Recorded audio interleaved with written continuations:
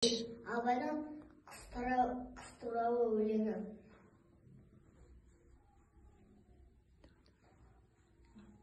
Ақ киімді денелі ақсақалды, соқыр моқал танымас тұрзанды, үсті басы ақ қырау түсі суы, басқа не ысқырау келіп қалды.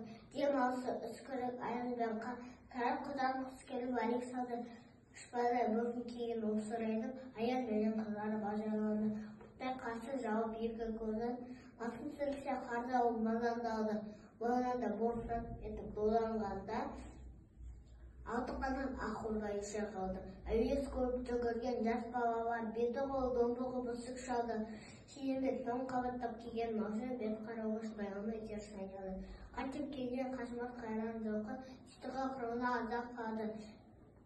Қыспен бүрген тұмсығын салды қасқыр.